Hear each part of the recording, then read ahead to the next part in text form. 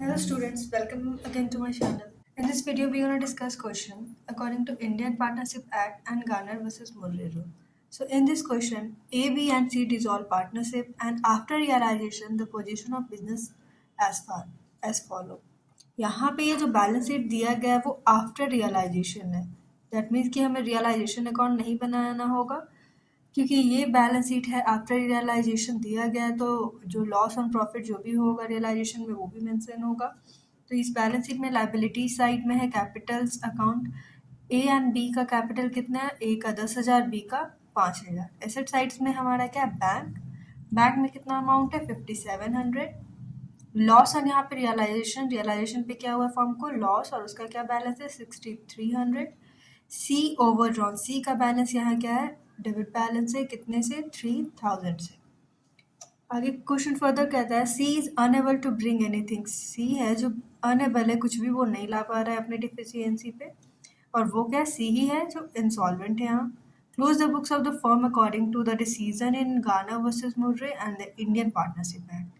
इस क्वेश्चन को दोनों तरीके से बनाना होगा, गार्नर वर्सेस मुर्रे रूल से भी और इंडियन पार्टनरशिप एक्ट से भी, जहाँ पे कि रियलाइजेशन अकाउंट बन चुका था. लॉस ऑन रियलाइजेशन यहाँ पे हमें मिल गया कितना? 6300. तो सबसे पहले हम लोग गार्नर वर्सेस मुर्रे रूल से बनाएंगे. तो रियलाइजेशन अकाउंट नहीं फॉर्म करना है तो उस फर्दर क्या करना होगा? पार्टनर्स का कैपिटल अकाउंट. तो पार्टनर्स कैपिटल अकाउंट यहाँ पे हम लोग देख ले तो सबसे पहले यहाँ पे क्या आता है? हम लोग उसका जो भी बैलेंस होगा उस कैपिटल का उससे क्रेडिट करेंगे सभी पार्टनर्स के अकाउंट में. तो पार्टनर्स कैपिटल अकाउंट में क्रेडिट साइड में यहाँ क्या है? By balance B D. A का कितना दिया हुआ है? 10,000 दिया हुआ है और बी का 5,000. यहाँ सी का कैपिटल क्या है? उसका डेबिट बैलेंस है तो डेबिट कर देंगे टू बैलेंस बी डी. कितना अमाउंट से? 3000 के अमाउंट से. यहाँ पे है रियलाइजेशन का लॉस. रियलाइजेशन का लॉस कितना? 6300. क्वेश्चन में ऐसा कुछ मेंशन नहीं किया गया है कि वो किस रेशियो में वो डिस्ट्रीब्यूट करेंगे, तो इक्वली हम उन्हें रियलाइजेशन का लॉस कर देंगे. क्या? Distribute. Garner versus Murray rule का सबसे पहला डिसीजन भी यही था कि जो भी लॉस होगा, इंसॉल्वेंट पार्टनर हो या सॉल्वेंट पार्टनर हो, वो सभी क्या करेंगे? लॉस ऑन रियलाइजेशन जो होगा उसे इक्वली डिस्ट्रीब्यूट करेंगे, क्योंकि वो नॉर्मल लॉस है किसका? फॉर्म का. तो यहाँ पे हम लोग कर देते हैं उसके डेबिट साइड में क्या आ जाएगा? 2100, 2100 एंड 2100. अगर 6300 को हम तीनों पार्टनर्स के बीच में डिस्ट्रीब्यूट करें तो रियलाइजेशन अकाउंट यहाँ पे यही है डेबिट साइड में पार्टनर्स कैपिटल अकाउंट के, और क्रेडिट साइड में यहाँ पे by bank account. So Gardner versus Murray rule का सेकेंड डिसीजन कहता है कि जो भी सॉल्वेंट पार्टनर होंगे वो कैश में लेके आएंगे जो फर्म का लॉस ऑन रियलाइजेशन होगा. तो लॉस ऑन रियलाइजेशन ए का कितना वो लेके आएगा? 2100 और बी 2100. सी है अनेबल है कंट्रीब्यूट करने के लिए कुछ भी. फिर यहाँ पे हमारा बन जाता है क्या? पार्टनर्स का कैपिटल अकाउंट में जो भी एंट्रीज होती है. अब देखेंगे कि डिफिशियंसी क्या है. सी इंसॉल्वेंट है और वो कुछ भी कंट्रीब्यूट नहीं कर पा रहा है. तो यहाँ पे उसका डेबिट में कितना बैलेंस है? एक तो उसका अकाउंट जो कैपिटल अकाउंट है वो डेबिट बैलेंस वो करता है 3000 का, और उसे रियलाइजेशन लॉस भी बियर करना पड़ता है. टोटल कितना? 2100 का. और वो कुछ भी इस सब चीज़ों के लिए कंट्रीब्यूट नहीं कर पा रहा है. तो 5100, ये टोटल 5100 है, वो क्या है? सी का डिफिशियंसी है जिसे वो मीट नहीं कर पा रहा है. तो गार्नर वर्सेस मुर्रे रूल से भी क्या होगा? जो भी सॉल्वेंट पार्टनर होंगे वही सी के डिफिशियंसी को क्या करेंगे? बियर करेंगे. ए का यहाँ पे हम लोग क्या निकालेंगे? ए एंड बी का लास्ट एग्रीड रेशियो जिसमें वो इसके डिफिशियंसी को डिस्ट्रीब्यूट करें. तो बैलेंस शीट में सिर्फ क्या दिया गया है? कैपिटल अकाउंट है, तो सिर्फ कैपिटल अकाउंट का बैलेंस हम लोग ले लेते हैं. तो 10,000 5,000 है यहाँ पे, तो रेशियो हमारा बन के आता है 2:1 का रेशियो. अब ये जो 2:1 का रेशियो है, इसी रेशियो में वो 5100 को डिस्ट्रीब्यूट करेंगे. तो ए का कितना शेयर बनता है सी के डिफिशियंसी का? 5100 इंटू 2 डिवाइडेड बाई 3. टोटल करते हैं तो हमारे पास आता है 3400. बी के शेयर में कितना जाएगा? 5100 इंटू 1/3, ये 1700. ये जो अमाउंट है बी का क्या बनता है? सी की डिफिशियंसी को पे ऑफ करने के लिए. तो इसका हम लोग क्या कर लेंगे? इसका एंट्री पार्टनर्स के कैपिटल अकाउंट में कर लेंगे. तो क्या एंट्री बनता है? Solvent partners capital account, solvent partner capital account to insolvent partner account. ये एंट्री है डिफिशियंसी को क्या डिस्ट्रीब्यूट करने का. इस क्वेश्चन के लिए क्या आ जाएगा? सॉल्वेंट पार्टनर कौन है? ए है. और बी है। टू कहाँ जाएगा? टू सी के कैपिटल अकाउंट में, ए के कैपिटल अकाउंट में, और ये क्या है? बी के कैपिटल अकाउंट में। डेबिट होगा, डेबिट एंड डेबिट कितने अमाउंट से? टोटल ए दे रहा है 3400 का और बी कितना दे रहा है? 1700। टोटल कितना सी का कैपिटल में गया? टोटल 5100 का जो डिफिशियंसी था उससे ए और बी क्या करते हैं? शेयर करते हैं। जैसे हम लोग पोस्ट कर देते हैं पार्टनर्स के कैपिटल अकाउंट में, तो क्या आ जाएगा?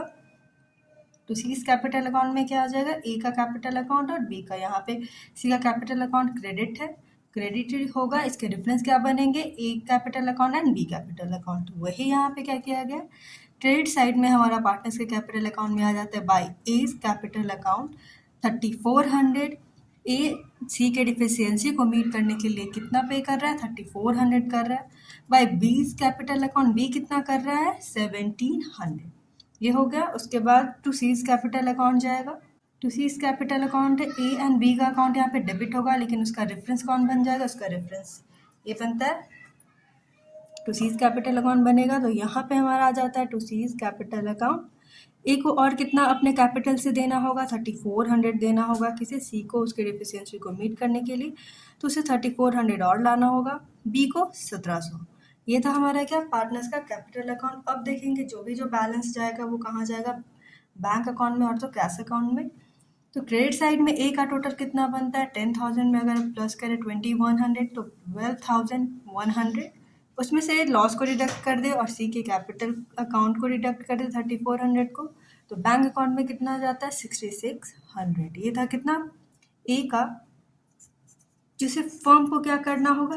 पे करना होगा किसे? ए को। एंड बी का क्या है? 5000 प्लस 2100 तो 7100 है, उसमें से डिडक्ट हो जाएगा डेबिट साइड से बी का क्या? Realisation loss. और 1700 जो डिफिशियंसी वो पे ऑफ कर रहा है सी का। तो यहाँ पे टोटल बैलेंस कितना बचता है? 3300 का, जो कहाँ जाएगा? बैंक अकाउंट में। फर्म उसे क्या करेगी? पे करेगी बी को। सी का यहाँ पे टोटल अमाउंट बन जाता है 5100 का, और ए ने क्या? 3400 और 1700 उसके, और बी ने 1700 उसके डिफिशियंसी को मीट करके टोटल उसके अकाउंट को क्या करते हैं? बैलेंस करते हैं 5100 से। तो ये था हमारा पार्टनर्स का कैपिटल अकाउंट किसके अकॉर्डिंग? गार्डनर वर्सेस मोरेर रूल के अकॉर्डिंग। अब हमें क्या बनाना होगा? अब इसका हम लोग बना लेते हैं कैश अकाउंट। कैश और बैंक अकाउंट। यहाँ पे बैंक है, सो बैंक अकाउंट हम लोग यहाँ मेंशन करते हैं। और बैलेंस शीट में बैंक अकाउंट का कितना बैलेंस दिया गया था? 5700। तो यहाँ पे आ जाएगा टू बैलेंस बी टी 5700। ये है टू एज कैपिटल अकाउंट। क्यों? क्योंकि उसने कैश में लेके आया था, लॉस ऑन रियलाइजेशन जो हुआ है उसे। गार्डनर वर्सेस मोरेर रूल में बैंक अकाउंट में भी वही ट्रांसफर होता है। टू बीज कैपिटल अकाउंट कितना है? 2100 है। उसके बाद जो बैलेंस था बैंक अकाउंट का, जिसे फर्म को कितना ए को पे करना है? 6600 और बी को 3300। टोटल बैंक अकाउंट का कितना बैलेंस बन के आता है? 9900। ये बैंक अकाउंट हमने बनाया किसके अकॉर्डिंग? गार्डनर वर्सेस मोरेर रूल के अकॉर्डिंग। अब क्वेश्चन कहता है कि इस क्वेश्चन को हमें एक और तरीके से सॉल्व करना है, और वो क्या है? इंडियन पार्टनरशिप एक्ट से। तो यहाँ पे लॉस एंड रियलाइजेशन मेंशन था, तो चलिए हम लोग पहले इंडियन पार्टनरशिप एक्ट के थ्रू जो पार्टनर्स कैपिटल फॉर्म होगा उसे बनाते हैं। तो पार्टनर्स कैपिटल अकाउंट में सबसे पहले वह बैलेंस बीटी कर देंगे क्रेडिट साइड में, जो भी उनका कैपिटल बैलेंस था। तो ए का कितना था? 10,000 था। बी का कितना था? 5,000 था। और सी का क्या था? सी का डेबिट बैलेंस था, तो डेबिट साइड आ जाएगा क्या? टू बैलेंस बीटी 3000 सी का। उसके बाद रियलाइजेशन अकाउंट, यहाँ पे लॉस है। तो जब हम लोग इन पार्टनरशिप एक्ट के थ्रू बनाते हैं तो लॉस जो होगा उसे भी यहाँ पे बियर करना होता है। क्या? लॉस और रियलाइजेशन जो होगा वो तीनों पार्टनर क्या करेंगे? बियर करेंगे, चाहे वो सॉल्वेंट हो चाहे वो इनसॉल्वेंट हो। जो भी पार्टनर होंगे इंसॉल्वेंट या सॉल्वेंट, वो क्या करेंगे? इसे बियर कर लेंगे। तो टू रियलाइजेशन अकाउंट आ जाएगा सभी पार्टनर्स के अकाउंट में कितना? 2100, 2100 और 2100 इक्वली वो लोग realisation loss of the form को क्या करेंगे? बियर करेंगे। उसके बाद क्या है? उसके बाद हम लोग देखते थे कि गार्डनर वर्सेस मोरेर रूल में बाय बैंक अकाउंट या तो कैश अकाउंट करते थे हम लोग।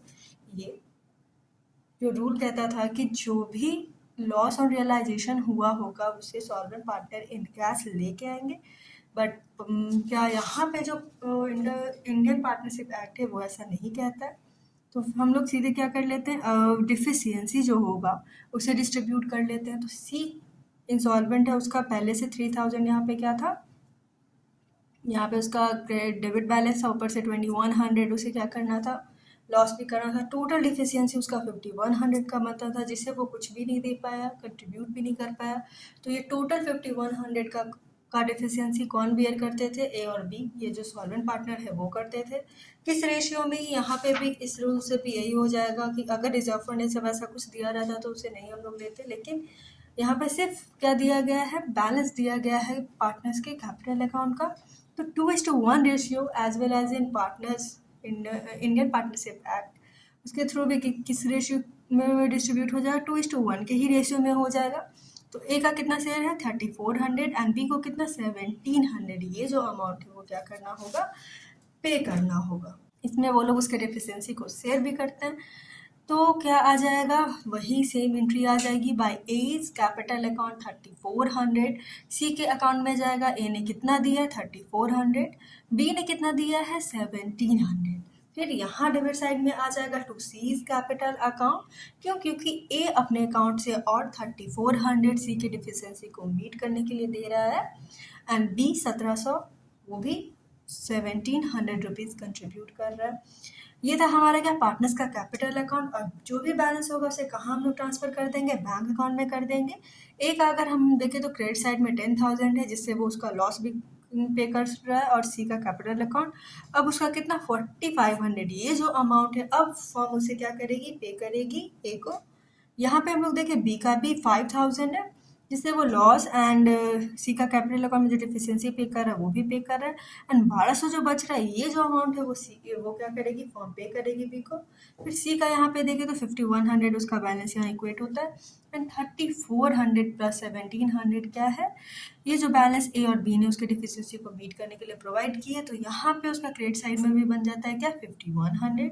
ये जो पार्टनर्स का कैपिटल अकाउंट था वो हम किस थ्रू बनाए हैं, ये हम लोग बनाए हैं एज पर इंडियन पार्टनरशिप एक्ट के थ्रू। अब लास्टली हम लोग इसका बैंक अकाउंट बना लेते हैं। तो बैंक अकाउंट में कितना बैलेंस दिया गया था, 5700 का दिया गया था। टू बैलेंस बी डी यहाँ पे डेबिट साइड में आ जाएगा। फिर यहाँ से हम लोग ले आते हैं क्या, बाय एज कैपिटल अकाउंट 4500 है, ये जो अमाउंट है वो फर्म पे करेगी ए को। बाय बीज कैपिटल अकाउंट है 1200, और यहाँ पे तो जो कहते हैं कि इंडियन पार्टनरशिप एक्ट है उसमें जो इंडियन अकाउंटेंट थे वो कहते थे कि कोई ज़रूरी नहीं है सॉल्वेंट पार्टनर को लॉस ऑन रियलाइजेशन जो हुआ है वो कैश में लाने के लिए, तो बैंक में भी उसका, बैंक या कैश अकाउंट में भी उसका कोई यहाँ पे एंट्री नहीं बनता है।